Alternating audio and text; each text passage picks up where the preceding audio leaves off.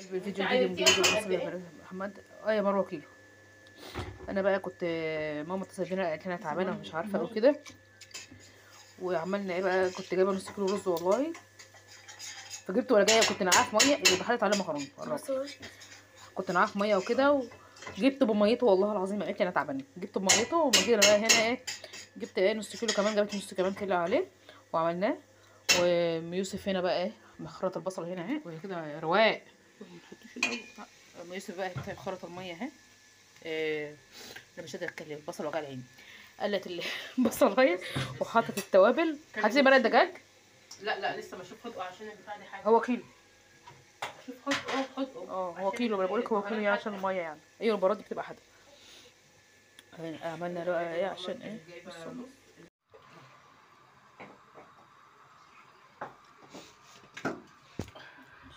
يوسف بقى حطت الرز اهي. يا ريت اسكتي تعالي تضربي في رقبتي. حسبك امك. هذه الميه المغليه. النور راح يا جماعه. حطيت بقى الميه الكبده في الميه المغليه اهي. ومحمر بطاطستين كده اهو. بناخد خلوه كده عشان ايه ننزل بقى الدم وكده في قبل الميه، بس مش عايزين نقلبها كتير. يا دوب تاخد غلوه كده تقوم ومطفين عليها. حطيتها في جنب الطماطم اهي. انا بس هطلع بس ايه شويه عشان ما يجيبش مع البصلايه. نشوف بس ايه بشوفها كده. وبعد كده ايه لغوط كده مع بعض. البصل بتاعنا اللي هطلعها وماما حطت انا ودي عليها. ان شاء الله انا عندي. طلعت بقى تصور عشان ايه اشوح بس البصلايه كده. بعد كده احط على الكبده على طول، مش هتاخد وقت يعني. البصلايه اهي شوح كده معاها. نتشوح بقى مع بعض اهي. منورين الكشافات عشان النور رايح، طب احنا مش شايفين. البطاطس جميله اهي. تشوح بقى كده بقى حبايبي ايه. بعد ما حطيت عليه فلفل وطماطمايه كده وادي رز. بصوا ادي الشريف بقى، وادي رز اهو. رز جميل اهو. بصوا جميل. وادي بطاطس يوسف محمرها.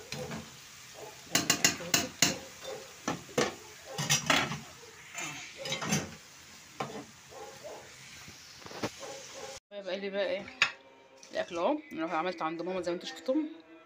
بس بقى الاكل بعد ما جيت روحت بقى البيت. قالت لي والله رايحه كنت هبات معايا. قالت لي روحي.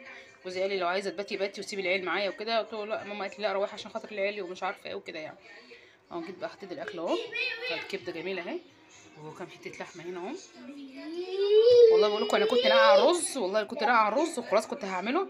كنت مسويه اللحمه من امبارح. قلت عشان اعملها يعني على السريع واجي عم اودي العيال الحضانه اجي اروق واعمل الاكل على السريع. فانا قعدت الرز شويه لقيتها بترن عليا صوته تعبان. والله العظيم خدت الرز بميته في الكيسه وطلعت اجري عليه.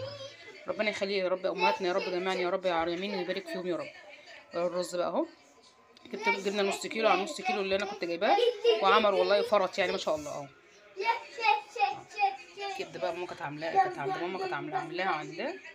اللحمه اللي كنت مسويها جميله والله. بصوا حطيت بقى كله مع بعضه يعني، شوحته كله مع بعضه كده بقى لما اجي احط بقى العيال ياكلوا عشان هما بصراحه جاعوا. خلاص اشوفكم فيديو جديد يا حبايب قلبي، ومع السلامه ويوم جديد. شوفوا عاملين ازاي اهو. لسه جاي من الحضانه اهو. كله اصفر في اصفر. كوكو لابس اصفر والاكل اصفر. اشوفكم على خير يا حبايب قلبي ومع السلامه.